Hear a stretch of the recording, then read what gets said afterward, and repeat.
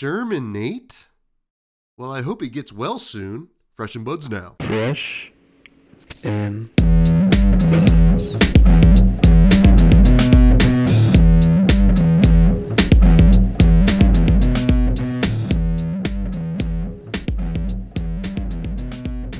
All right, folks, welcome back to yet another episode of Fresh and Buds. I'm your host, Tommy Fresh, and you are all my buds.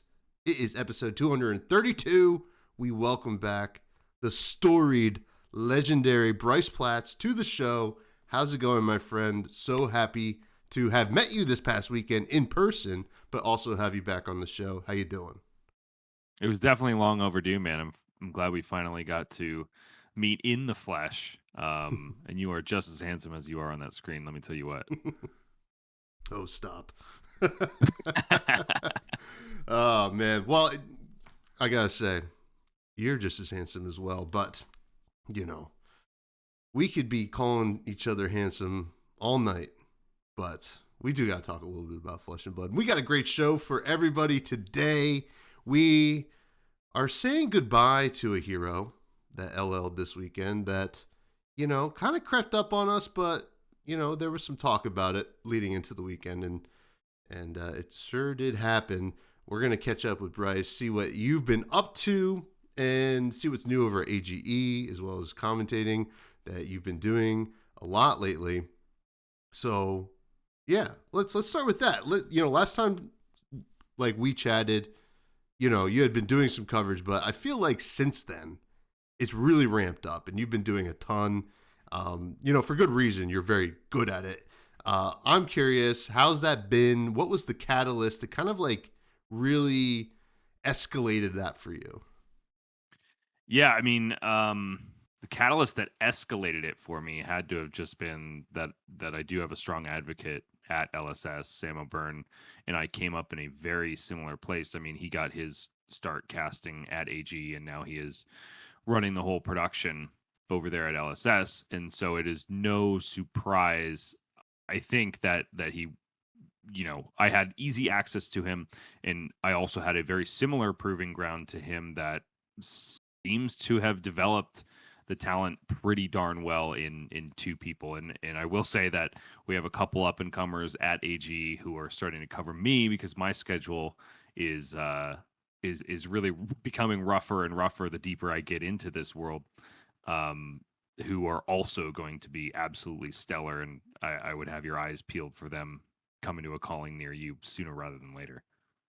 Well, that's very exciting to hear. Now, I got to say, there's a listener question a little bit in the future of this episode about like upcoming, you know, players we'd like to watch, but like, you know, it is kind of fun to see some commentators, like kind of grow and see where they begin. And you're someone I think, you know, in the past 2 years as like just, we got to really witness grow as this game has like really matured too, right? Like, you know, you kind of grew right into it, and I thought that was really cool. Now, I got to ask, with doing coverage for LSS, which is obviously such an honor, what do you find the most rewarding for doing it for LSS as opposed to AGE? Not that doing it for AGE is bad, but like, you know, what's the most rewarding on the LSS side, and also what's the most challenging?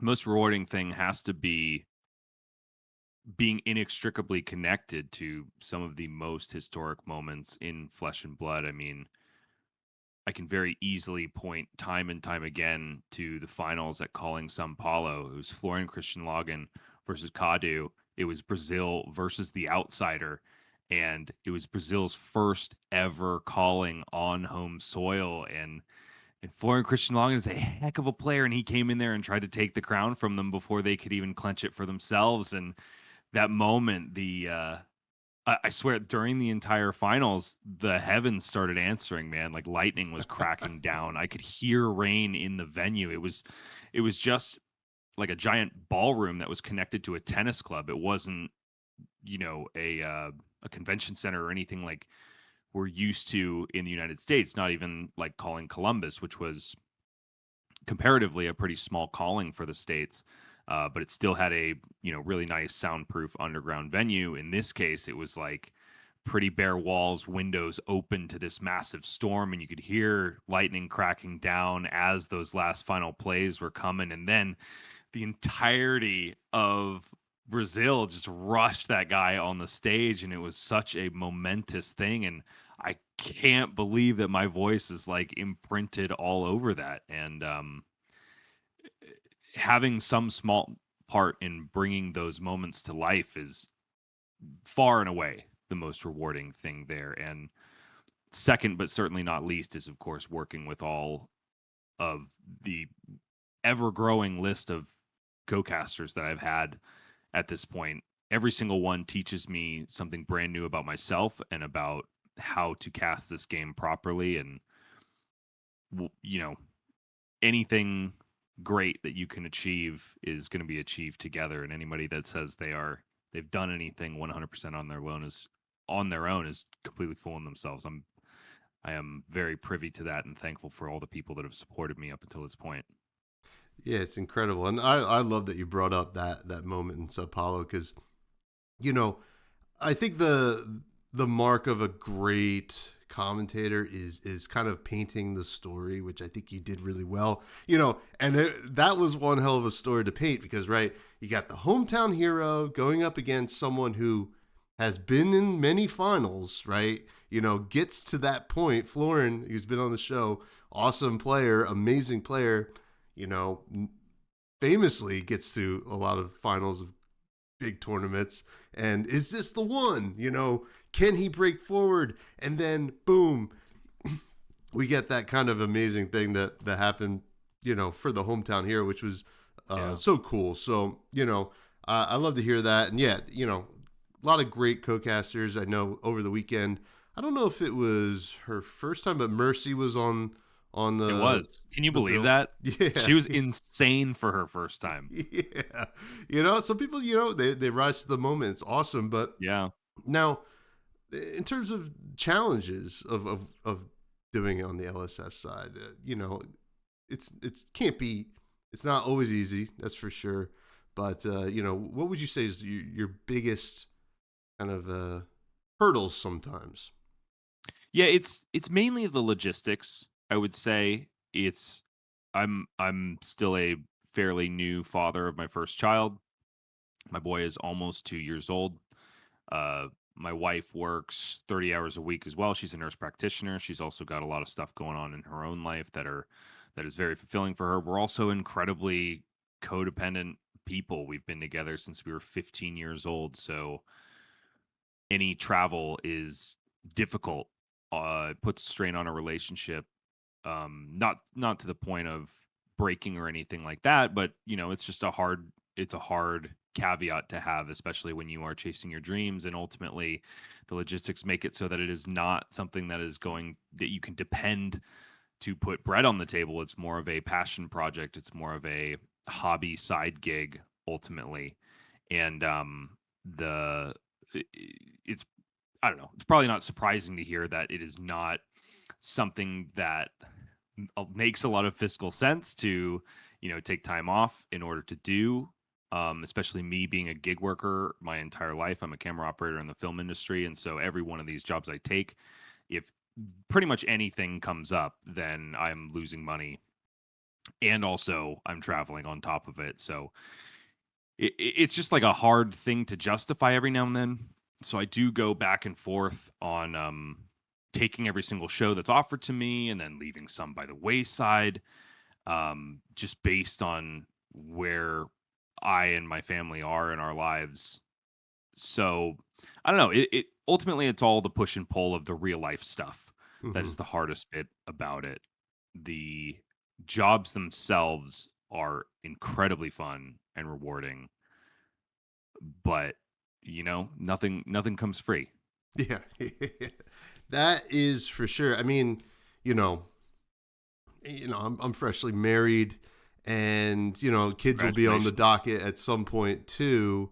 And you know, I travel a lot for my regular job, and you know, I like to travel to these events and stuff like that. But like, how much am I going to be able to do that? I mean, you know, the first physical game of Flesh and Blood I played in 2026 since Philadelphia was in calling Columbus because, well, just life is tough, right? Like you just like you gotta do the real stuff. So like I totally empathize with that. So nobody's holding it against you, my friend, because we all got to do it, and I'm happy to see that you can find the balance because that's important too, and that with that balance comes us getting you every once in a while, which is pretty cool. So now, before we get to some AGE stuff, one last thing about LSS coverage and doing that.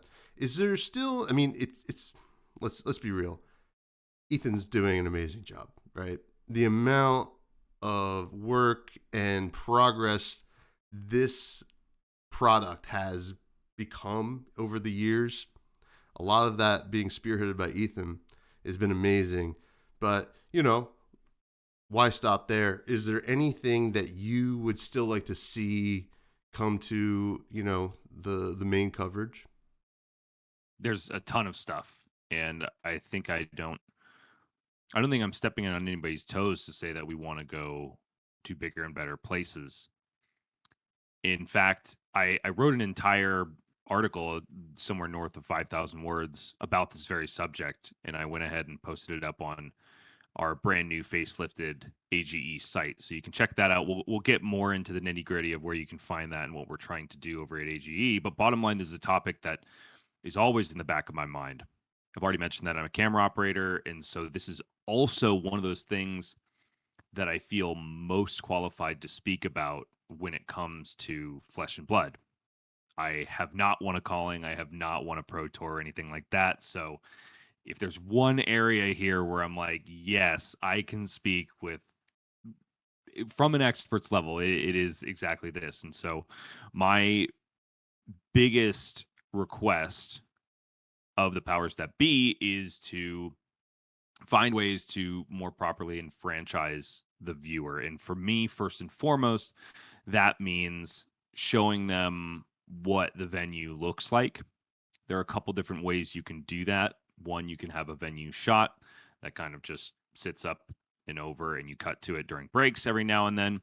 That would be like level 2 of what I'm looking for. Really, level 1, what I think would be incredible would be to actually set up viewing areas in a meaningful way.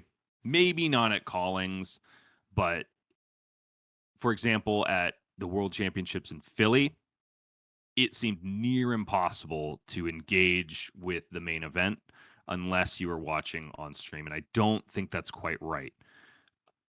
In my ideal world, we would have the casters and production desks set up somewhere more meaningfully placed in the convention center, somewhere discoverable by folks.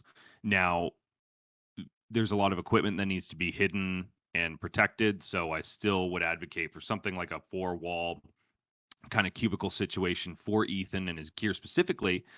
But then, in my mind's eye, we could set it up so that the casters are on some sort of risen riser, that they get to through that 4-wall cubicle, right? And so they cast as they normally would, but they're exposed and visible to the people behind them. The people behind them are set up, I don't know, like 5 or 6 rows of chairs or so, somewhere between 20 and 30 viewers can sit there and then also have an additional screen below, kind of on their eye level, just below the casters. And also they would have speakers where they can hear what the casters are saying, turning it into a physical spectator sport.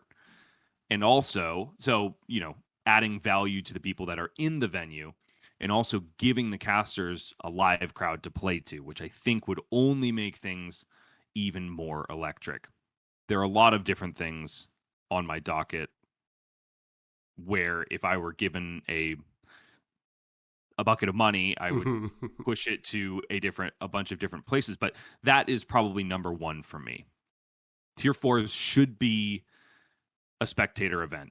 Yeah. We should be able to engage with it. We should be able to cheer people on as they're playing at Worlds in Philly.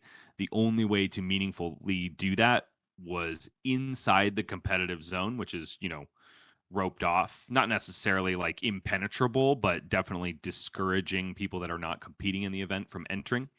And then we had those the 3 feature matches all lined up, and the closest you could possibly get was like maybe 10, 15 feet away.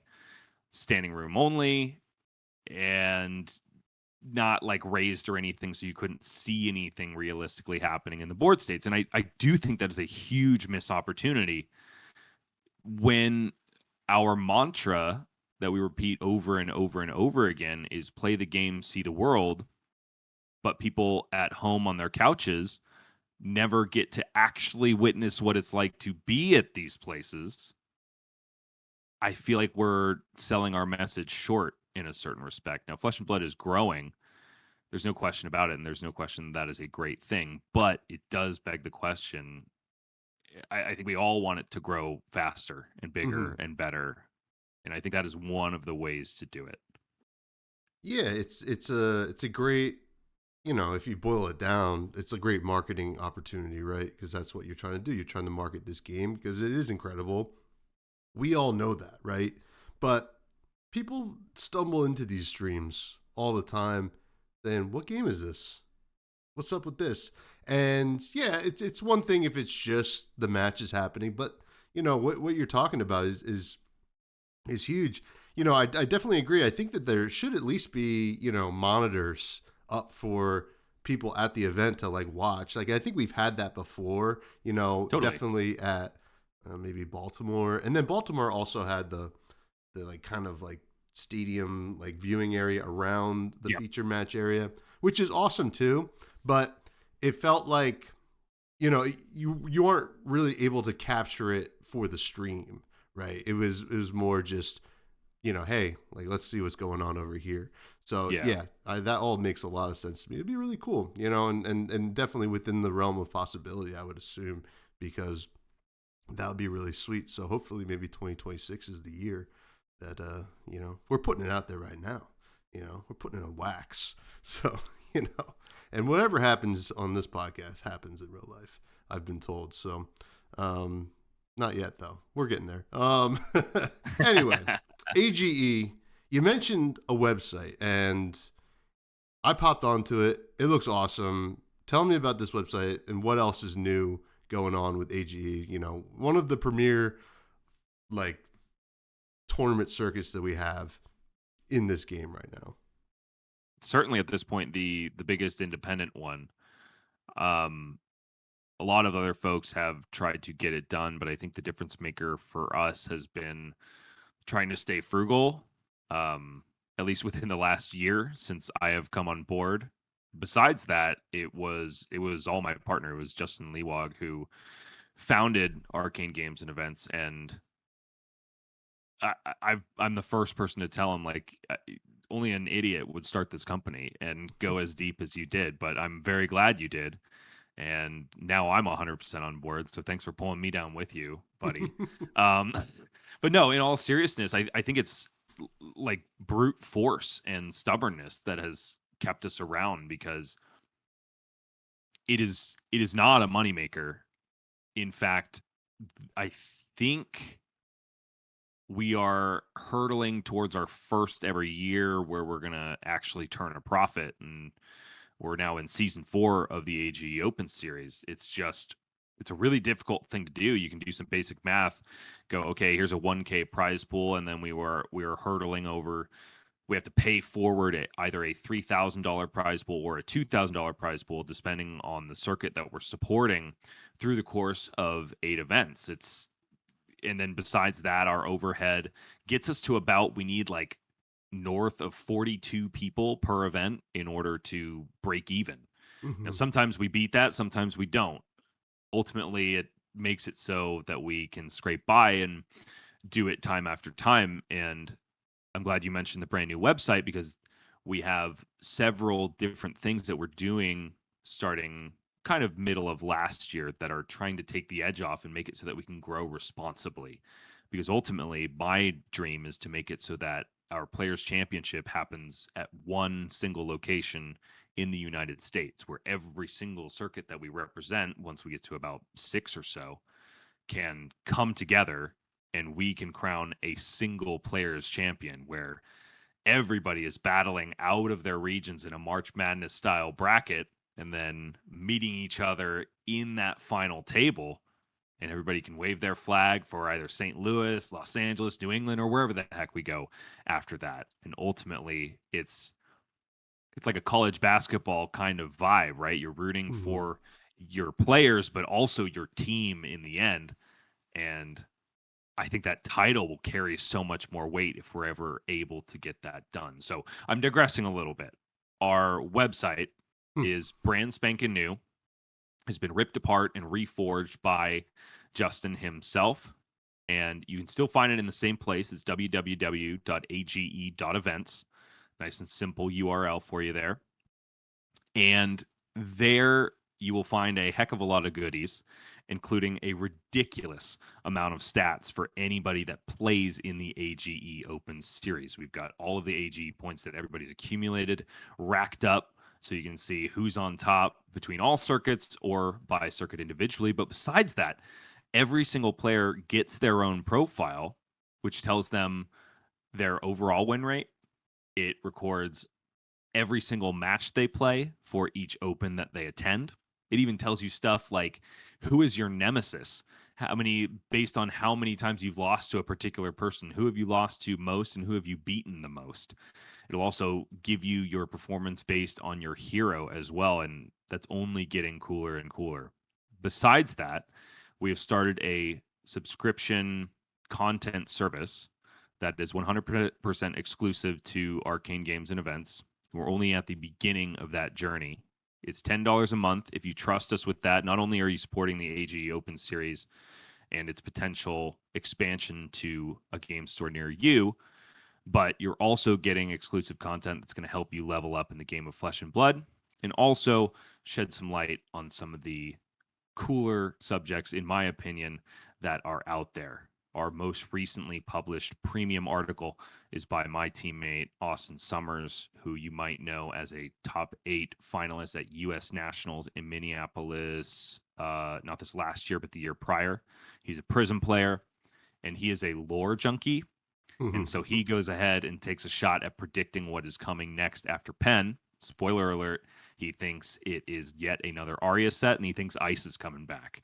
And he uses examples from the lore and also other little Easter eggs from the game in general to both predict what is coming next and also theory craft about what it is going to look like based on sets like Rosetta and Tales of Aria in the past. It's really cool stuff. So it's not just me up there. My article, by the way, is for free because I didn't think it was right to charge anybody for my yabbering. But yeah, we've got a ton of cool stuff coming there. Besides the written content, it is going to be bonus matches from the AGE Open in Los Angeles. We're going to record a backup match every single round and upload that for premium customers only. Pretty soon, we're going to be launching AGE Academy, which is going to be an open marketplace where the best of the best can sell specific classes based on particular topics like pitch stacking or sideboarding, but they can also sell stuff that is more traditional, like hero guides, deck techs, that kind of stuff. And if you're a premium member, you'll get discounts on those courses. You also get discounts on every single AG event that you attend as well. You'll be 10% off there. So that's a lot of words for saying sky's the limit, and we have a lot of irons in the fire, and it's all happening right now.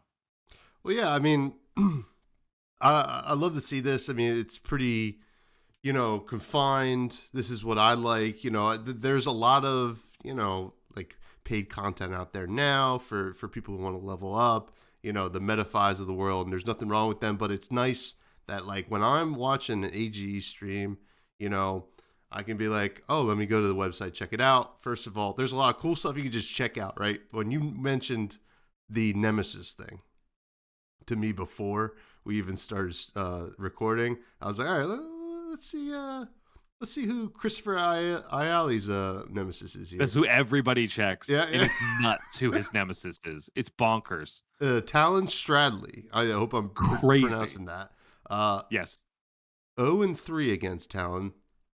And I mean, it's kind of fun. Like, obviously I have no skin in the game, but it's just like, oh, well, Chris, I mean, what's going on there? I do. Since you mentioned it, dude, I have to shout out Talon Stradley because you'll never guess what he mains. Riptide? Fatigue Riptide, Yeah, baby. let's go. This guy plays Fatigue Riptide like a monster. And he can take down Chris freaking Ayali. Nuts. Yeah. Well, it's funny. I know Chris has played some Fatigue Riptide too, so I wonder. It's like, well, I can't keep losing to this. I'm going to play it now. So that's just speculation. So, very, very cool. I love it. It's super clean. Check it out. Anybody who's interested. It's great to see these kind of initiatives, outside of LSS, independently.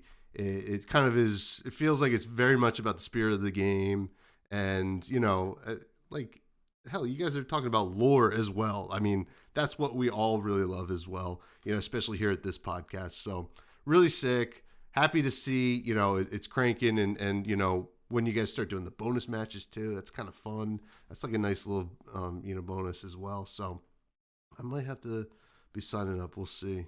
Maybe get some extra juice for me. I still gotta qualify for RTNs. I only have one RTN in my book, so take my shot. I better not miss. But anyway, good luck, brother. I only got one as well. Came so close, so close. Yeah, it's tough. It's tough when real life is out there, huh?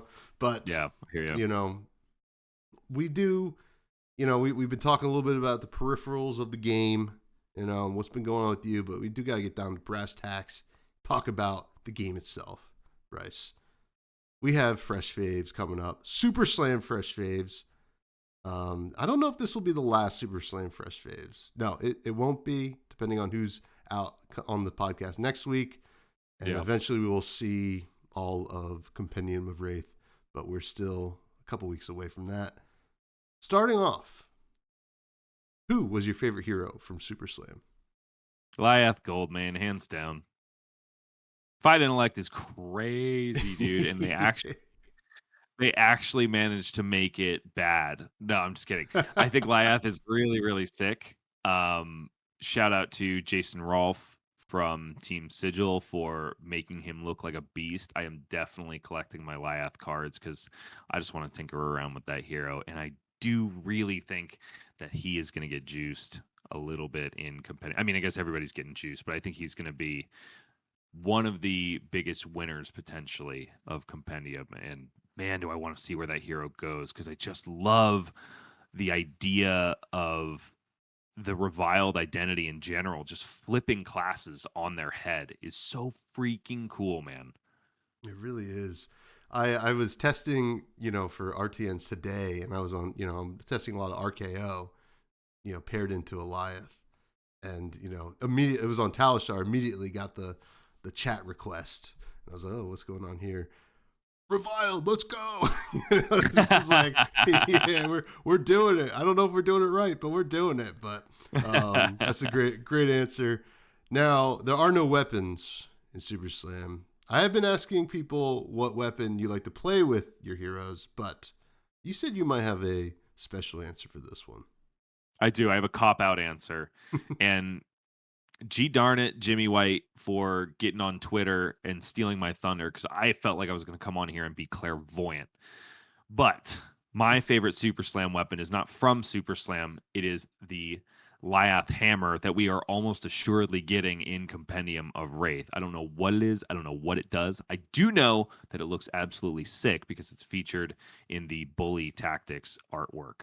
And since it's been there, I was like, yeah, he's getting a signature weapon sooner rather than later. And I think it was only more confirmed even before the James White tweet that all but confirmed it by the Savage Claw, which is now the namesake weapon of KO Underhanded Cheat. So I do think that both he and Tough Nut are going to get weapons as well. I don't think they're going to be fighting just with their fists or their rocks for the entirety of their tenure, Yeah. Well, I hope for Lyath's sake that the hammer is better than the Savage Claw. Although I like the Savage Claw, but I'm still, it's no Mandible Claw. You know. Yeah. But that's all right. That's all right. Now, what was your favorite equipment from the set? Okay, favorite equipment.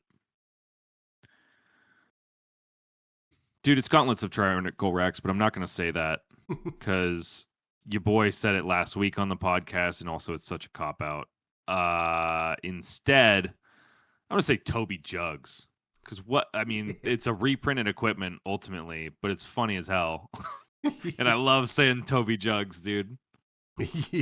Yeah, that one is sweet. You know, we all got those cold foils at the pre-releases and stuff like that. You're like, oh, pretty nice, pretty nice.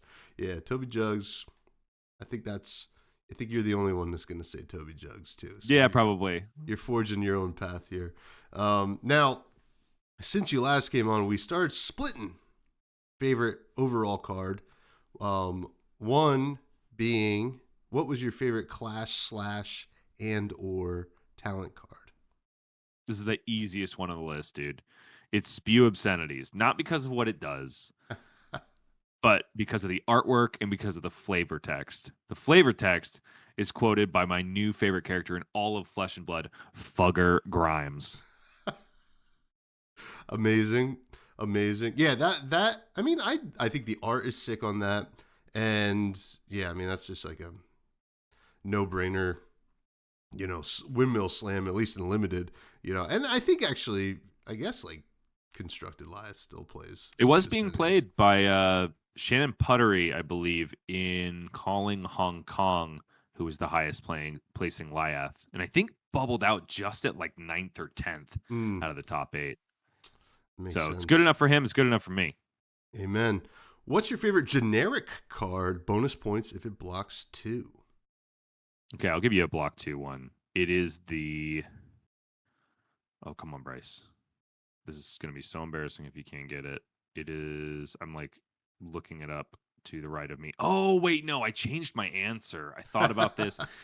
It's actually right behind you. And it's kind of because I didn't expect much from this card.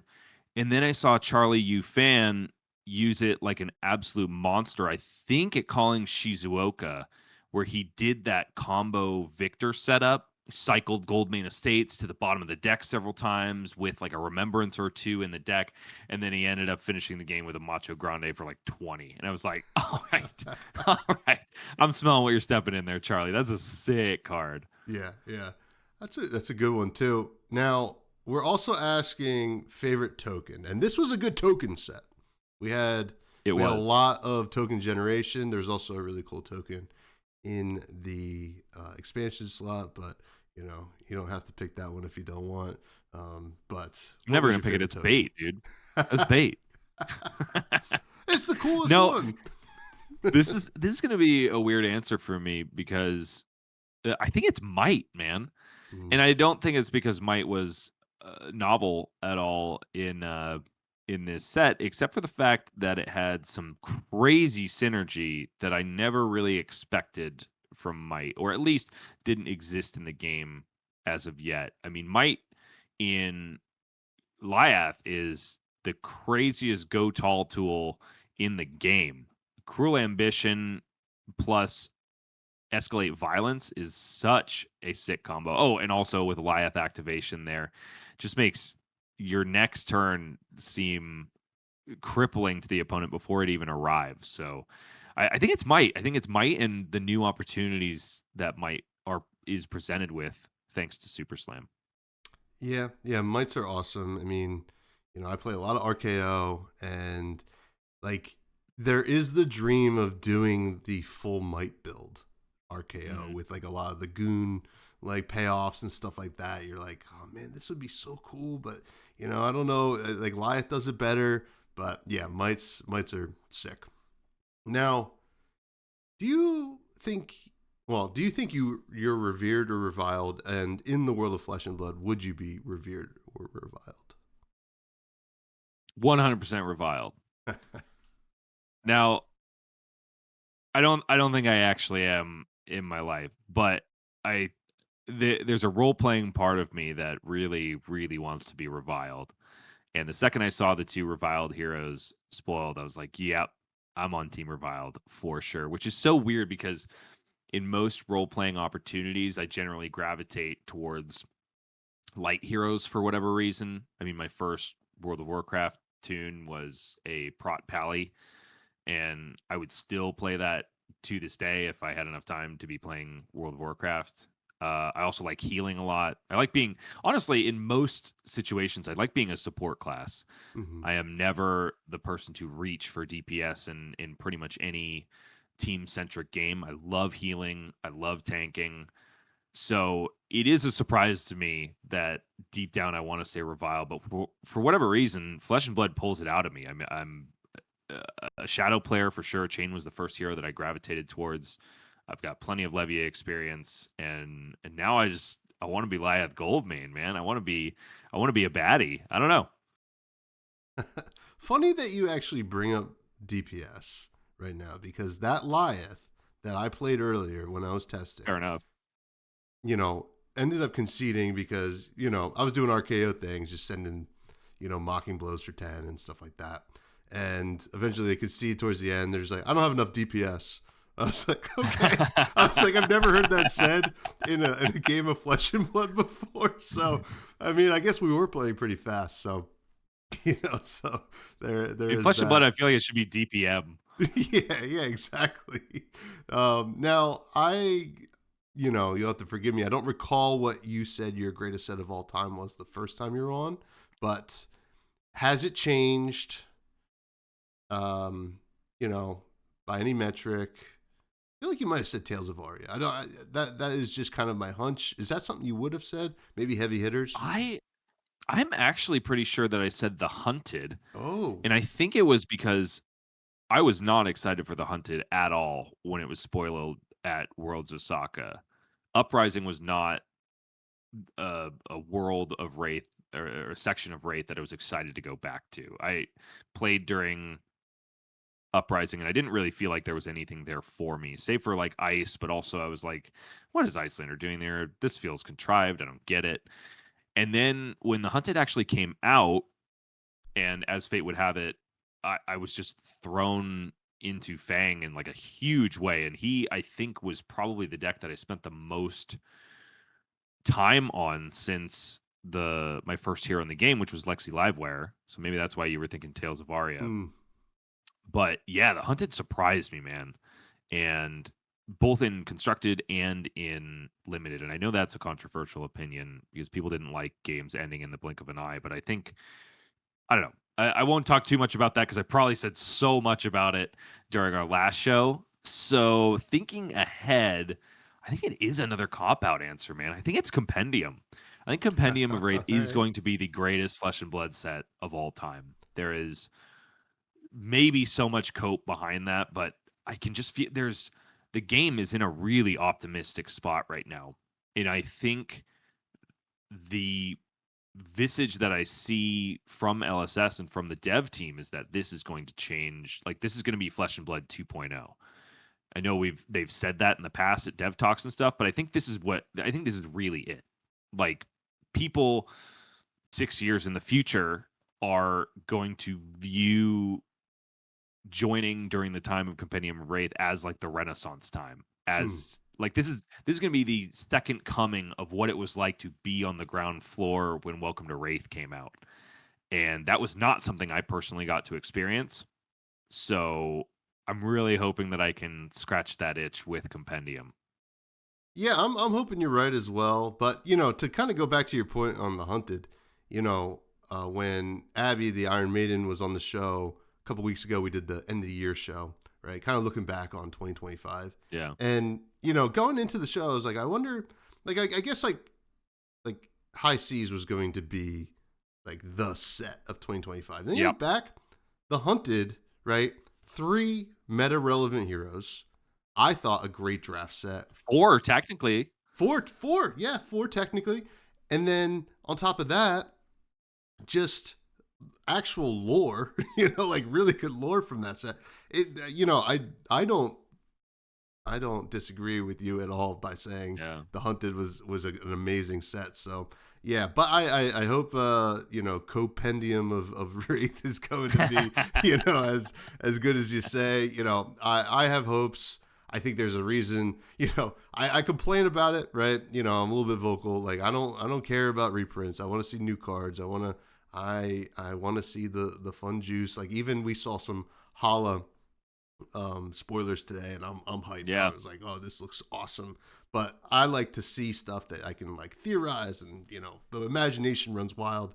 And I'm hoping that I think somebody said it over the weekend. I don't remember who, but January 31st, when we see all the commons and rares, it's going to be like a day that is going to be legendary in Flesh and Blood. So I'm hoping that's correct because, I'm hyped. I want to see cool stuff. Give me another Riptide specialization that won't be good enough. And, we'll go on our merry way. But, I'm wondering, honestly, what did they make for Florian? Because Florian is no longer in Classic Constructed, my friend. And, last week when Scowling Fleshbag was on the show, we talked about Earth kind of really having this resurgence despite Rootbound Carapace being not legal anymore and really kind of taking the format by storm. Earth is a good talent, always kind of has been. And, there was a possibility that Florian would leave this past weekend if the calling was taken down by Florian and, and on top of that, some extra RTNs. It happened, right? And you got to see it, right? Like kind of firsthand. You got to commentate on it. I got to announce that. Yeah. I got it in my ear from Ethan, straight from the mouth of Brian Gottlieb, that Florian had officially gotten enough RTN wins internally. This was internal data from LSS, by the way. And I got to say that before anybody else did. And that was, speaking of having inextricable ties to the most iconic moments in the history of the game that I love. I mean, that was huge, man. And it's so funny that we're here right now talking because it's just coming to me. I'm pretty darn sure the main topic of the episode that I last saw you on was Viscerai being sent off into the sun. So that's two Rune Blades that you and I have said goodbye to in a row, brother.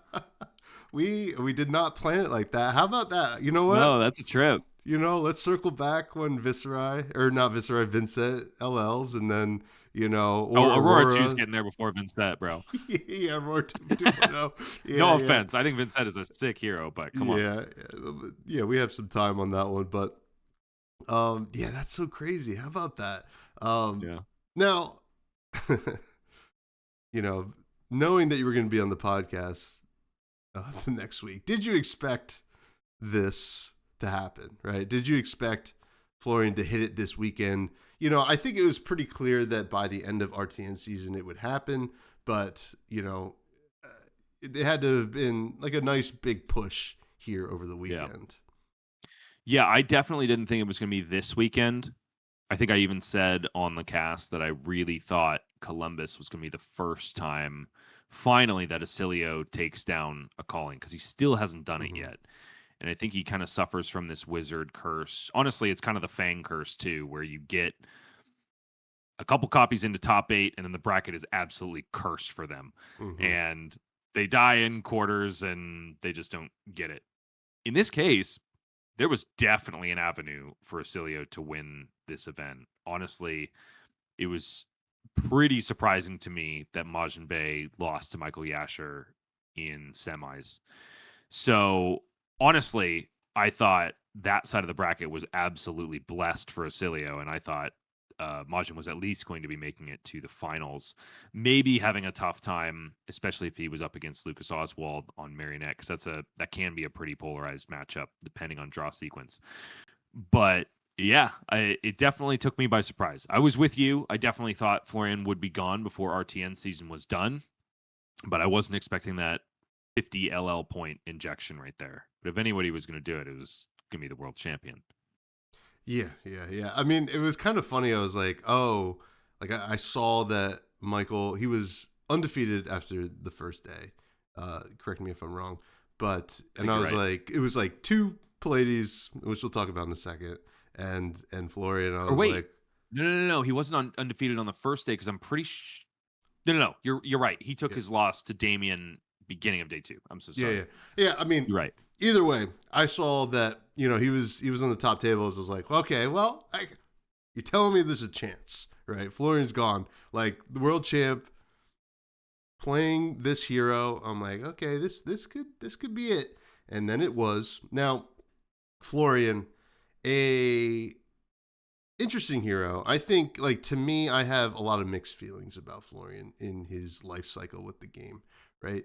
I saw him spoiled, and I was like, okay, actually, like, I really vibe with this, like, kind of art style and this, like, this idea of this kind of, like, grindier Rune Blade. We didn't really know a lot about how that was going to pan out at the time. You don't see the full picture until you see the whole set. Spoiled or whatever. And I felt like in the end, one of the coolest, like, flavorful heroes, but I really had problems with the playstyle. What were your thoughts? I never really gravitated towards Florian because honestly, Earth was definitely not my talent from that set. Lightning was the more exciting end of the Rosetta spectrum for me personally.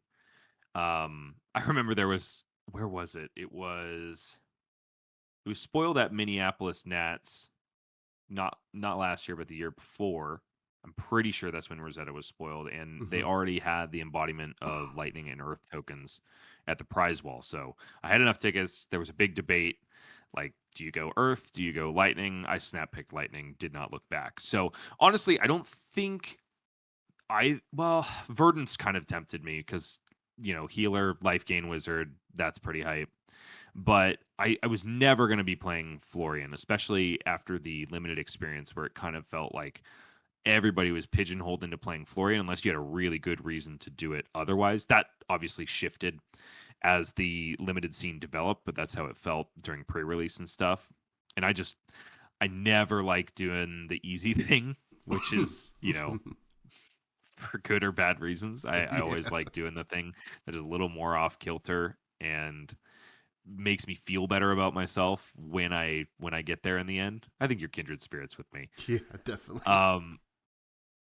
So yeah, like the play style didn't jive with me. The whole grass reaping play was incredibly boring in my eyes. It was very guardian coded, and I love to kill guardians. I like to kill guardians, and I like to kill board state heroes, and that's what I do in this game. Yeah.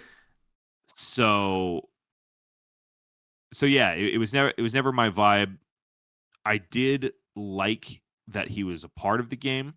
I think he represented some really fascinating innovation when it came to, I think his first iteration was very much get online as fast as possible and then just bury your opponents in Grasp of the Arknight, swing Reaping Blade over and over and over again. He was like mid-range central. And then there was that gnarly little story about Scepter of Pain. My team, for instance, was pretty instrumental in getting that card banned. So that's a point of pride, at least from our perspective. I still never picked it up, and it was an absolute cancer during the ProQuest Yokohama season. It was a nightmare, especially in my locals, because all of my teammates were playing it, and I was maining Fang at the time. And while I did beat several Scepter Florians, I didn't. It was hard, and I was sweating the entire time. And honestly, maybe that was why I enjoy him still to this day, because I do like to sweat a little bit. Anyway, and then now, after coming back from this ban and restricted announcement, where Syndra is probably the biggest loser, and all of a sudden Florian has this angle where Channel Mount Heroics start coming back in, and Yasher and a bunch of his disciples are just throwing in Ravenous Rabbles and freaking Outids and 9 copies of Rune Rager Swarm and just burying people. I mean, that is ultimately, we think of Florian as a very one-trick kind of pony, but that is a versatile hero when it comes down to his broader story and his history and how we can remember his legacy in Flesh and Blood. Yeah, it's interesting. Like I feel the same about his early builds, And my issue, and I always kind of compare it to Fang, right, is that, hey, Fang has to get online, but you can lose it. Yeah. Florian can't really lose going online, right? So seeing these more aggressive builds was actually very refreshing, and to kind of see it end that way kind of really saved Florian in my view. And it's like, at least, we'll have a little bit of a fond memory of him, as he exits. And, the most interesting thing to me was that Germany, excuse me, was the key, right? Because we lost Germany and Florian disappeared. And then they bring Germany back. Florian's good again. Germany is just such a good card at the end of the game and on turn 0 or turn 1. And I wonder, was that a little bit too pushed? I'm not sure, but Rootbound kind of leaving really let us see this really cool thing. Now, looking at what else happened in Columbus, I can't really ignore Pallades, right? That was a big coming out party for Pallades this weekend. You got to see that firsthand, like mostly. I was on the tournament floor, so I just heard people talking about it. I'm like, yeah, oh man, I can't wait to see these VODs because what is going on? What were your thoughts? What was going through your head watching these Pallades games? So first thing you hear when you hear that there is some dark horse hero doing incredibly well is, okay, are they a fatigue pile? Because oftentimes we will have, for example, a Levia that is undefeated or a Bolton that is undefeated after like round 4 or something like that. And then we'll do some reconnaissance and be like, oh, it's Decimator Great Axe Bolton. Or, oh, it's Romping Club Fatigue Levia. Like, yawn, right? And so the first thing you hear is, oh, there's a Fatigue Pleiades build going around the venue. Then you start to ask yourself, in all of these situations, okay, what? Because 9 times out of 10, fatigue decks are going to look like 40 to 50 cards the same, right? You got your 9D reacts, you got good blocking cards, and maybe if they're not exactly the same card, they are still, blue block 3s. In this case, because it's a new hero doing it, you always have to ask yourself, okay, what is it about the Pleiades shell that could possibly make fatigue more relevant? And you saw it firsthand. Tough Smash Up is one crazy card when it comes to fatigue, and also Call for Backup to rig said clashes is really sick. So all of a sudden you can make sure that a Clash of Bravado or a Test of Iron Grip hits at the exact moment that you need to. If you block with something like right behind you or Call for Backup first, fix the clash, and then make your opponent discard a card or destroy an aura that they control, you're like, oh my gosh, now we have a fatigue deck that is actually actively doing things. Yes, they are blocking all the time, but there's action happening before your eyes, and the audience has something to look at while all of these blocking cards are being thrown here and there. And besides that, Rampart of the Ram's Head has not really been a huge part of our meta for a really long time, even though Lyeth has come into the mix. He's got it equipped, but the amount that he's blocking with it is pretty little. This Pleiades deck, however, is able to do that not just in conjunction with things like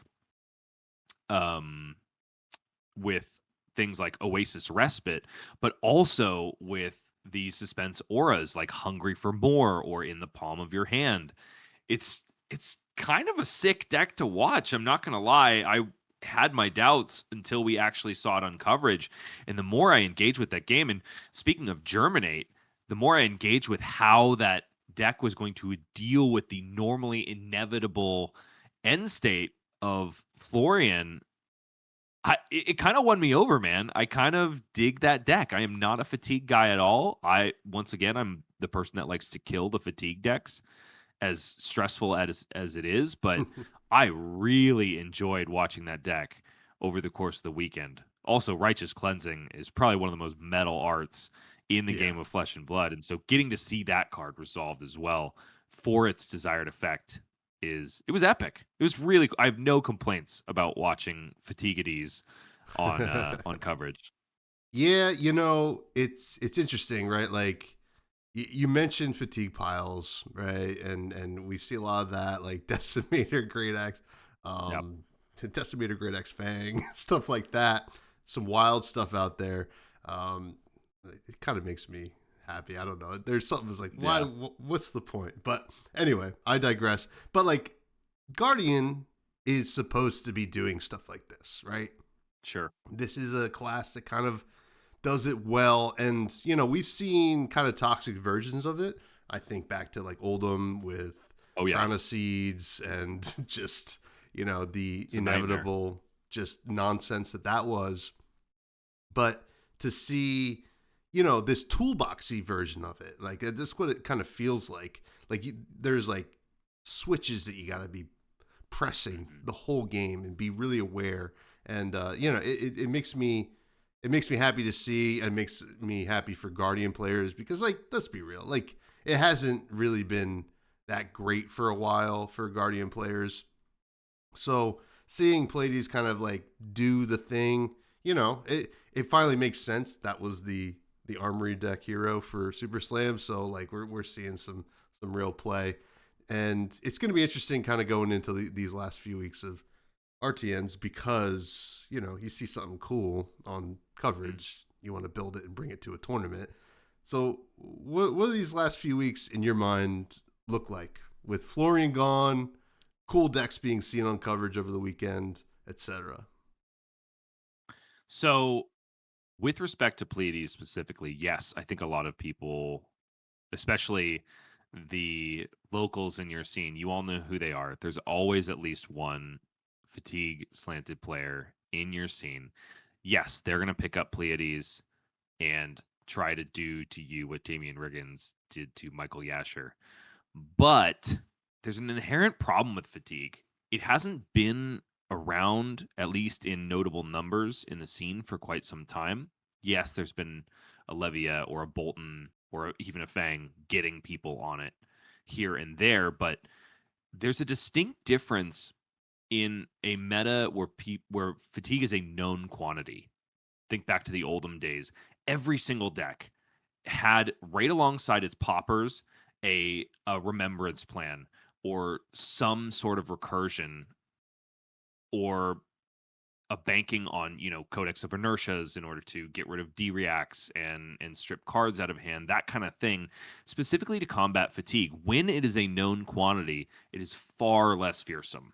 I mean, I think of Acilio, for instance, is a deck that should absolutely be able to target fatigue without too much of a sideboarding constraint. It's got the tools kind of built innately into the class. But there were a lot of Acilios at Calling Columbus who had streamlined their build into such a greedy form because fatigue just hadn't really been on the table. So case in point, a lot of the Super Armory guys had brought a super streamlined list with like, I believe Jacob Clemens told me he was on 9 Blast to Oblivion, and in general was trying to go for a much more Cheerios style build. Now, what can't you do if you don't have any cards to pay for anything? You can't pitch stack. There's no way for you to get a combo lined up to close the door on your opponent. With Facilio, it's honestly pretty darn easy. We saw Majin Bey do it, I want to say, in the quarterfinals of Calling Columbus, and ultimately his pitch stack was not more than like 8 cards or something like that. Even I was able to remember it while casting. And so all that to say, the upshot of everything I'm saying is once everybody knows about it and can adjust for it and has the green light to actually devote sideboard slots to it, that fatigue deck is not going to be nearly as scary. Yeah. I agree. I think maybe this first week might take people by storm. They're not going to be ready, right? And then I think we had there will be despair. Yeah, there will be despair, and then regrouping. Afterwards, like exactly. Oh, I'm not letting that happen again. That was miserable. So, yeah, it should be interesting. Yeah, I think the Pleiades will be out there. I think, I think people will also get, inspired to be, sleeving up some more Victor. We've seen some good Victors out there. I think Zach had a good tournament on Victor. And, I expect Guardian to be coming out in force, but you know what? Listen, Brute is still a formidable opponent right now. And maybe, hey, listen, we saw how good toughness tokens are. It's tough nut time, folks. Send rock. Don't even worry about it. Don't worry about Syndra or Katsu or anything that will go wide. Just, that's probably not a good idea, but we will see. We'll see, man. Yeah. I have high hopes for Tough Nut and Compendium too. Yeah. You and Scowling Fleshbag were talking about what he needs last week. Mm-hmm. I really think what he is going to get in Compendium is a way to leverage toughness tokens on offense. Maybe a weapon that does it, that gets +X based on the number of toughness tokens you have, or maybe another specialization or a common a common in a full color set that can leverage those in a certain way. But I feel like that's the missing link. Yeah. We'll see. Yeah. I, to plug my Patreon a little bit, I'll do a bonus episode on there.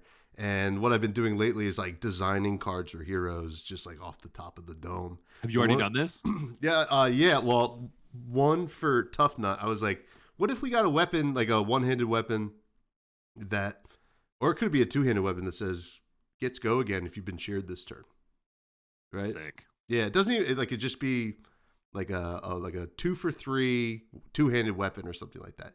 Feels fine, but like a way to consistently go a little bit wider, I think is when he feels the best, right? Like I've played against some tough nuts that like are sending 6 into rock a lot, and you're just like, okay, when they go wide, it's a little pretty scary. Crazy. Yeah. But yeah, I'm hoping you're right. I think he's a hero with 3 intellect. Like, they're gonna have to give him a little bit more, and we could see it in Compendium. So hopefully, now we have some listener questions. The Buds were stoked to have you on. Send quite a few questions here. These come from the Buds Discord, free for anybody to join. First one coming from Capolo, who asked, when should we expect to see you as a competitor in a major event, and which AGE player will win calling San Diego? Dadgum, I hope we win calling San Diego. That would be absolutely sick. Okay. I am going to take the second part first. I'm going to say Patrick Rubikava is going to win calling San Diego. Oh my gosh, wait. I'm totally forgetting he can't go because it's Valentine's Day weekend, and he said his significant other would stab him. So never mind. It would have been him because he's been grinding Silver Age since it was Project Blue. He's been stoked about it since then. I actually don't know which of the boys are going down now that I think about it, but let's go ahead. I can't say Chris Ayali because, come on, he very well could, but that's the easy horse to pick. I'm going to say Colin Erickson. Colin Erickson has not gotten a big win yet. If you don't know who I'm talking about, he's our Kasai Chad, who has been and probably always will be a massive fan of Kasai. He's an unbelievable mid-range and warrior player. He's also picked up Gravy recently. He's really good. He's a very young guy. He's sweet as can be, but he is an absolute killer when it comes to the game of Flesh and Blood. He has also been grinding a lot of Silver Age. He's got a lot of really cool ideas, including bringing in Escalate Bloodshed into a Kasai mirror. In case you didn't catch that at AGLA recently, that was pure cinema. You got to check that out. His opponent was Chris Ayali. I won't say any more. No spoilers, but Escalate Bloodshed was freaking hilarious. When am I going to be a competitor in a major event? God, I hope soon, man. Talk about the logistic strain on casting and the difficulty. One of the most difficult parts of doing it is that I'm spending so much time around the thing that I love and not directly engaging in the way that I originally intended. So I honestly have no current plans to play at a high level event right now, like for the year. I'm sure that's going to change at some point. But Capolo asking me that question makes me realize I got to get back out there. So to be announced, Capolo. But you got me thinking about it. I promise you, brother. Awesome. Badgeroni asked, what is a skill or pattern of play in your time casting that most newer players should seek to learn about? That's a fantastic one. Honestly, the thing that newer players need to learn more than anything is to utilize every single one of their cards every turn cycle. As long as a new player is not leaving any extra cards in hand, I think they are doing the right thing and they are going to be on the path to becoming a good competitor in the game of Flesh and Blood. I think that is one of the most difficult things to learn at the beginning of the game, but once you unlock it, you start thinking about play lines way closer to correct than otherwise. Now, obviously, there are a lot of exceptions for why you would, in some instances, want to IP a card, but I think they're few and far between, especially for a new player. I think unlocking that skill is what made the game of Flesh and Blood make a lot more sense to me personally, and that's what I would encourage for a new player to learn. Absolutely. Start with the offensive side of things, and then you can start to learn how to block, and then you're just off to the races. Well, and to clarify, like, you're allowed to use your cards on defense. I'm just saying, don't leave them stranded in your hand. Jesse Harper asks, where did this photo come from? I think it's a photo of Shoma. I don't know if I can share it with you. You probably know exactly what he's talking about. Okay. yeah. Shout out to Jesse Harper, who, by the way, has been one of the people that made AGE New England happen. He has been our stream tech. He has unapologetically taken up a job with a lot of hours that is all volunteer work. Much like a lot of what happens at AGE, we do not get to where we are today or where we want to go tomorrow without the people that support us and make it happen. And Jesse Harper is one of the biggest people that make that happen. Massive shout out to Jesse and a full-hearted thanks to him from everybody who enjoys the AG New England circuit, myself included. That photo, which is a photo of Shoma Yamamura, I'm assuming standing over my shoulder, looking down, panic-stricken, at a table at the World Championships in Philly. That's from the World Championships in Philly, and it was taken because one of our store owners in New England, her name is Katie Lamar, and she's an absolute delight. Another one of those people that we have so much thanks to give to. She is on this app called Whatnot, where people essentially watch you stream box openings. They can also send their product to you and have you open it for them. They can also play this ridiculously barbaric game called Flip It or Rip It. Have you ever heard of this, Tommy? Oh, I've heard of it. I had never heard of it until I interviewed Katie Lamar for a stream in New England when we had just started up at her store, Grave Troll Games in Nashua, New Hampshire. And she was describing it to me, and my jaw was hitting the floor. In case you haven't heard of this, dear listener, you sit down next to a person that you're playing with, right? You're playing this game, Flip It or Rip It. You open up a pack of cards. You shuffle them up. You keep them all face down. You have the opportunity to grab the top card of the deck when it's your turn, either rip it in half without looking at what it is, or flipping it. Now, you only get one flip. Once you have flipped, you keep that card and you give the rest of the pack to your opponent. If you rip a rare or higher, the opposite thing happens. You get the ripped card and your opponent gets the rest of the pack. Now, Katie, after watching me squirm, and her little lackey, this guy named Addy on Discord, got wind that I was really uncomfortable with this game, Flip It or Rip It. And so they came to assassinate me mentally by giving me an alpha pack of Welcome to Wraith to play Flip It or Rip It with. Addy forced me to sit down in between my rounds at a calling, mind you, and play this freaking game with him. Up until this point, the craziest card Katie had ever ripped in half was a rainbow foil Beast Within. She's a brute player like yourself, so it hurt her inside. Mm-hmm. So we sit down. The pairings are up and people are starting to mill around. My table is like behind me a good ways. I'm like, okay, we got to go. Katie starts filming, and this guy Addy, he's a freaking maniac. He just starts ripping cards immediately, and I'm like, I don't even really know how this works. And they're like, just rip it, don't worry about it. And so I rip a card, I flip it over. It's like a blue nimblism or something, right? Mm-hmm. And so we're going, and I'm like, I take another rip. I'm like, this is an alpha pack of Wraith. I think no matter what happens after this, because we're about, I want to say 5-6 cards into the pack. I'm like, no matter what happens next, I'm flipping because I'm a greed lord. I want to get something shiny out of an alpha pack, right? But I don't get that opportunity because Addy rips a card, flips it over. There's a pregnant pause as both he and I realize that it is a cold foil scab skin leathers in alpha pack. It was the last pack in Katie's box of alpha that she brought to open herself for the weekend. She had already gotten a cold foil out of it. She thought it was safe. No. Cold foil scab skins. Addy turns into Salacious Crumb. You remember that side character from Star Wars? Yeah, He's like the little rat thing. He's a little rat thing that sits next to Jabba. So what's his name? Jabba.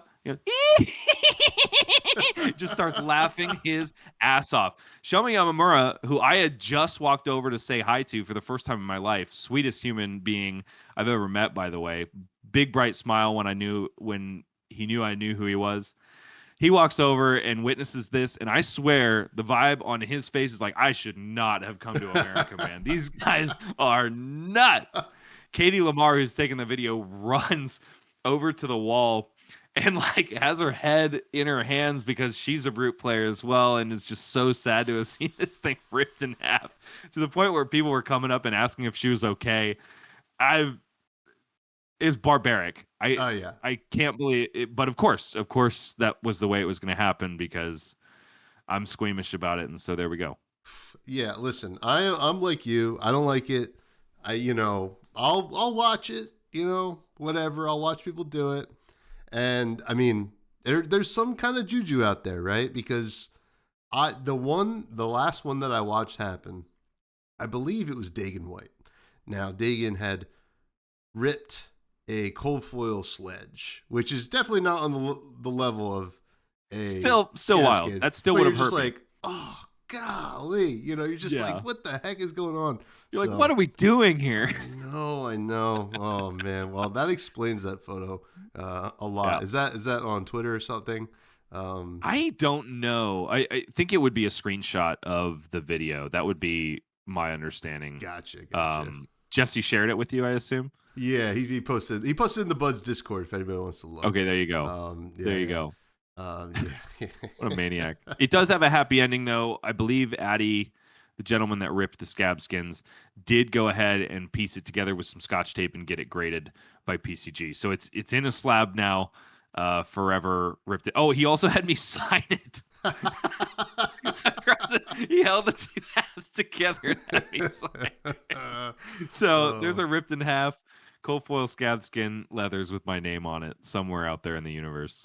Yeah. Well, you know what? We'll take that ending. That's not so bad. Holy moly! Thanks for the question, Jesse. As always, and shout out to Jesse. Jesse showed me a pretty sick Riptide deck that he top 8'd. I bet he did. Yeah, I get all my secret sauce from Jesse. Just so you all know. Now, Darth Prentice comes in and asks, favorite book you read in 2025? Oh my gosh, that is such a good question, and I'm really happy that Darth is asking it because this is I like got back on my reading kick, my reading horse, if you will, in 2025.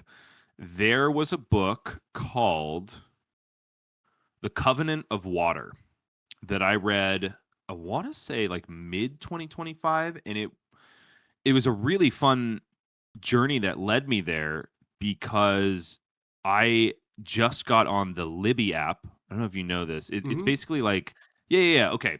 I was the only idiot who wasn't aware of Libby like 6 months Oh ago. no, it's. I And mean, it's an awesome app. yeah. No, it's incredible. So basically, if you don't know what it is, Libby is a way for you to get ebooks via your library card.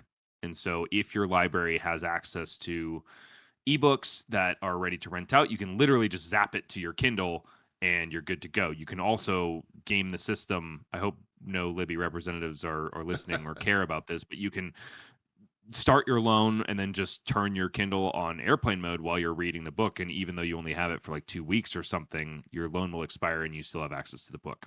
And honestly, I don't know how anybody reads fast enough, especially these thicker books, Oh yeah. to do it any other way. But anyway, so I read a book called The Covenant of Water, which is basically, I don't know, it is a little bit bleak, but it's like I'm really obsessed with the genre of following a generation of people through a constant strife that gets, easier and easier and better each generation. I think it is really indicative of a lot of what we internalize about ourselves as Americans, us all kind of being immigrants and having to stand on the shoulders of giants of people who came here first and really just had to like eat shit so that we could have even slightly of a better life, and their parents do a little better, and so on and so forth, until you reach middle class society or whatever the goal ultimately was, like comfort beyond what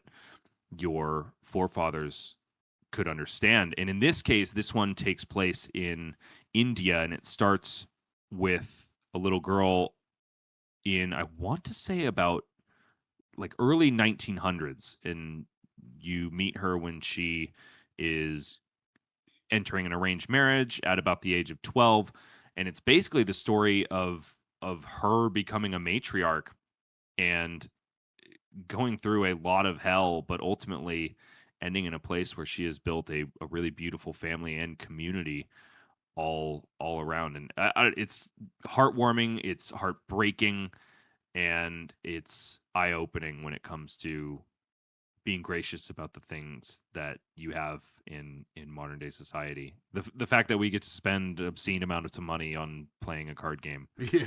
Yeah. Yeah, The Covenant of Water. Sounds great. Last year I made it my goal to read 12 books, and I'm doing it again this year. So, Good on you, brother. What was your favorite? Last year? That's a good question. I read like an old one from like the 50s. I think it was published, The Canticle of Leibowitz. I've heard of it. Yeah. It's kind of a what I guess like a fix-up book. It's like 3 short stories kind of combined as 3 parts, and it's a post-apocalyptic world where you're probably like maybe 100 and some, maybe like 250 years after the world ended, and people are finding there's like still like kind of religion, but they're kind of worshiping this guy named Leibowitz, and they just find artifacts from him. And he was just like they found like an artifact that was like ground mustard pastrami on rye, and like it's like something like that, and they're like, what does it mean? Like, we don't know what this means. So like, and it kind of like goes through like how crazy, like, it can be to like see it through that lens, because we know what that means. But like, we also don't really know what a lot of like the artifacts we found like as a society. So wait, so they're worshiping this guy, but ultimately this guy is just some guy He's who just had like a pastrami on rye one day. Yeah, who I like see. he like survived the nuclear holocaust, and like they in like some bunker, and then like people found his like stuff. Oh, that's basically. cool, man. Yeah. It's cool. It's really good. I enjoyed it quite a bit. I'm working on one right now called The Ministry of Time, which is an interesting sci-fi book. I'm only a couple chapters in, but it could be my favorite this year. We will see. That's cool, man. Now Reading's awesome. I'm really glad I is. got back into it. Yeah. It just works the brain in a different kind of way than we're used to, I think.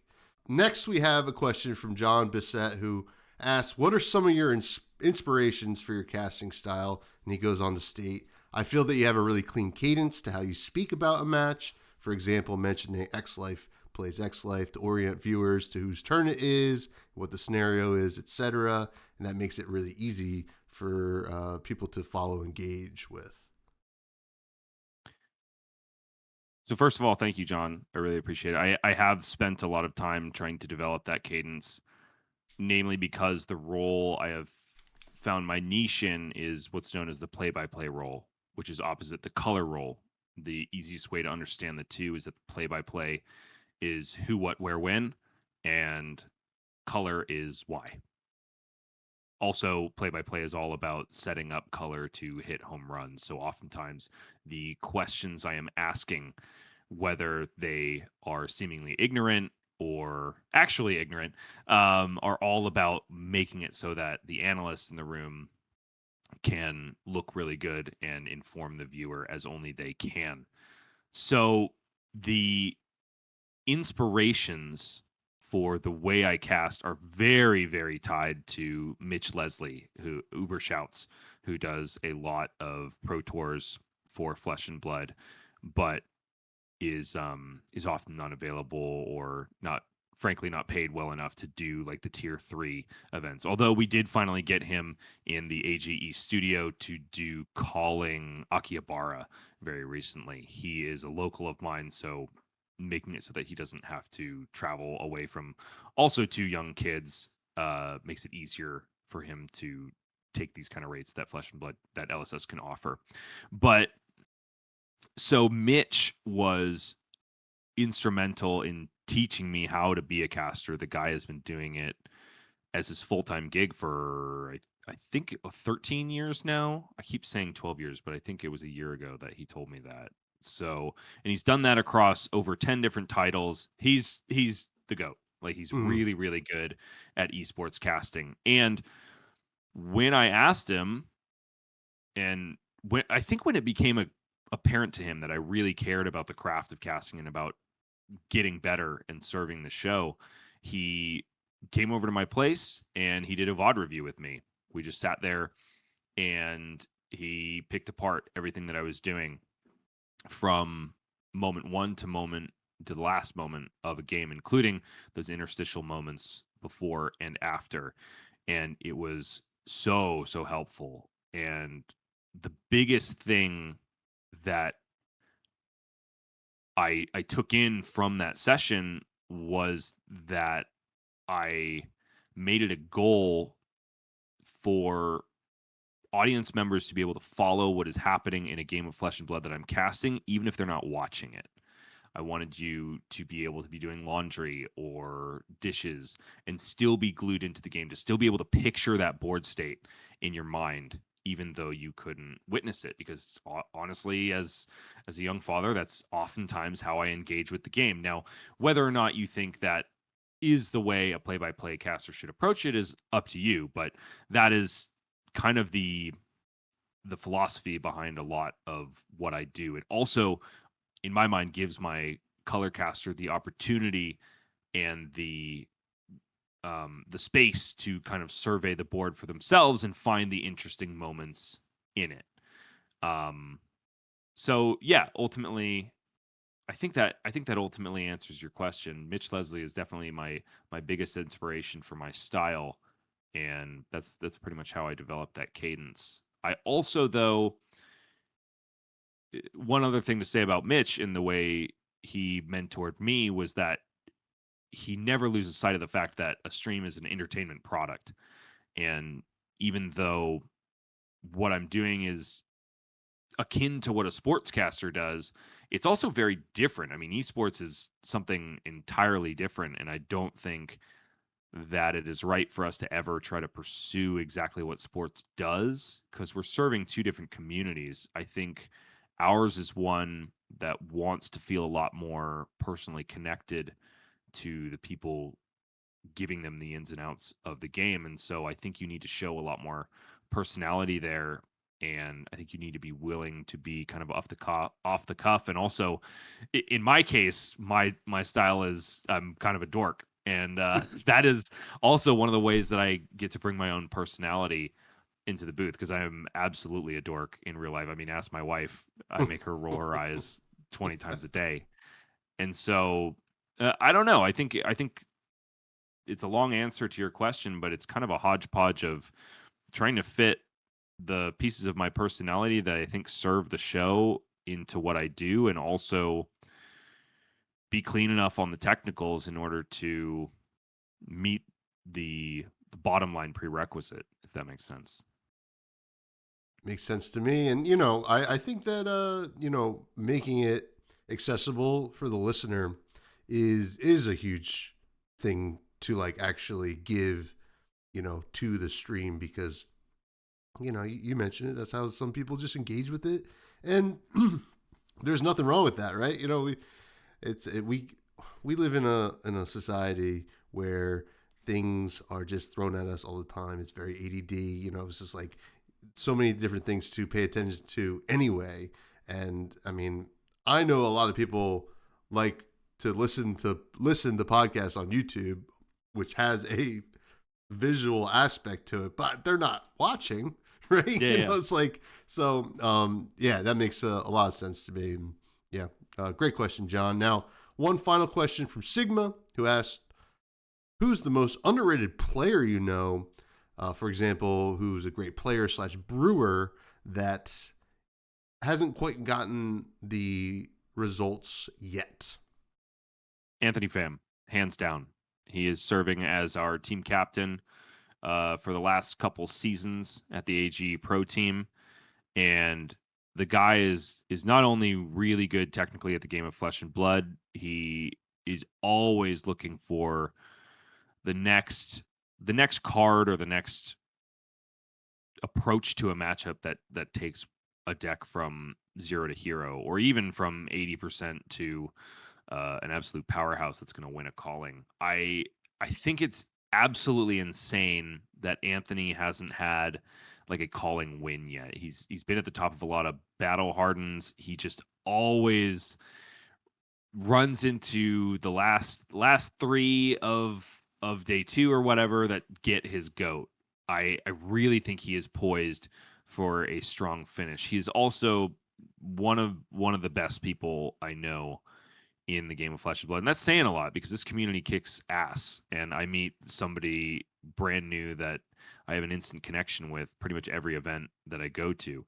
But Anthony is a community leader, not just for our team, but at large. He is so good at getting people engaged with this game and also disengaged in a really meaningful way. Every time he's at an event and he somehow goes 0-2 drop or whatever, you can always turn your back from the top tables and see Anthony with 4 or 5 other people playing something like Sky Joe or Monopoly Deal, having way more fun than anybody else in the room. Anthony, he gets my props for a lot of reasons, but he absolutely is an underrated player, and he's going to be showing us exactly why in this year.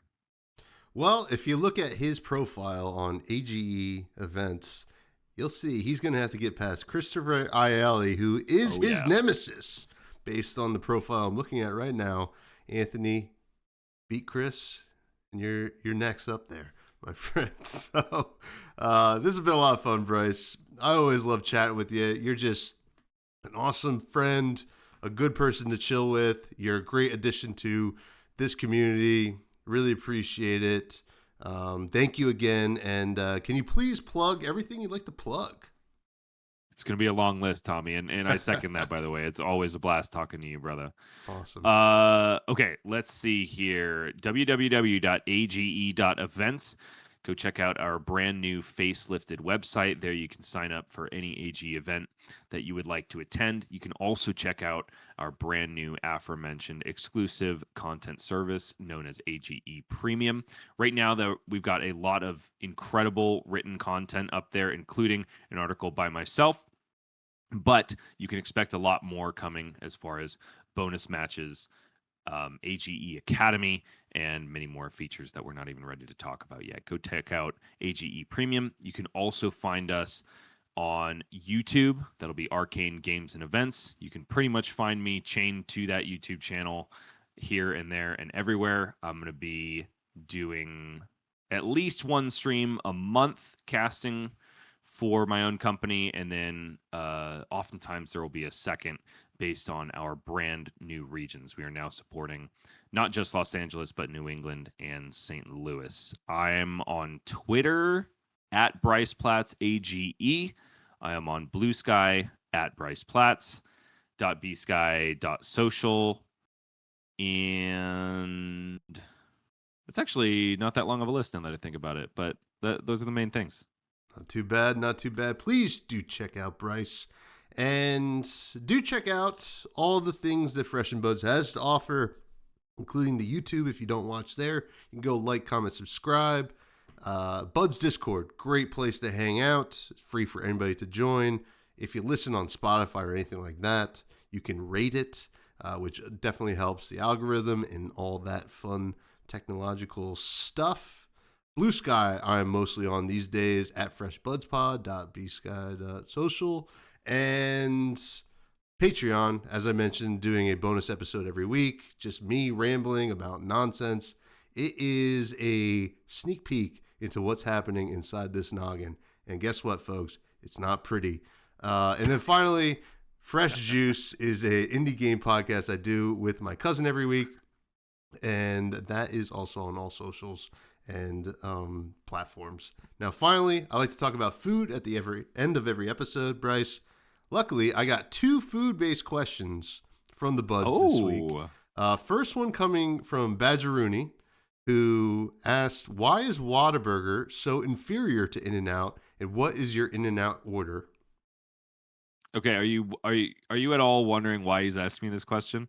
I am not. I know that there's kind of a, like, maybe some kind of rivalry. I've only ever been to In-N-Out. I've never been to a Whataburger, though.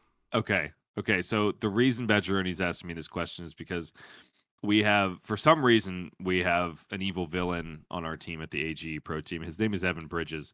He's from Texas, and every day of his life, he insists that Whataburger is somehow superior to not just In-N-Out, but any other burger joint, which is bananas insulting to any other burger joint. Anyway, so Whataburger is so inferior to In-N-Out because Evan Bridges eats there. That's the answer to your question, Petrini. My In-N-Out order is always going to be a double with standard fries. I don't need them overdone. I don't need them animal style. None of that kind of stuff. Just give me standard fries. Oh, no tomato on that double. Sometimes when I'm feeling frisky, I add pickles, but I always follow it up with a Neapolitan shake, and that is one of the super secret menu items at In-N-Out that's not so secret. I will say, however, I'm going to disappoint a lot of people here. In-N-Out is definitely not my favorite burger joint in SoCal. I don't even go there that much. My wife's a fanatic, and she has to go with my son every time I'm out of town. They just went this last weekend when I was in Columbus. I'm much more of a Habit guy. I will go to the Habit once a week if I can. And I know they're not on the same price point. That's usually what people follow up that statement with, but that Habit burger, oh my God. Pretty good. We have those out here too. But I don't eat beef anymore, so all this is making me hungry for a burger. Dude. Oh, yeah, I know. We also had another question, food related. Darth Prentice asked, Desert Island, glizzy or burger? I'm assuming this means I'm on a desert island. I can only eat glizzies forever or only burgers forever. Is that what I'm hearing? Mm-hmm. I also only just recently found out that glizzy means hot dog. I don't know who the hell started that. Yeah, the internet works in strange ways, my friend. Yeah, but damn you, whoever did that.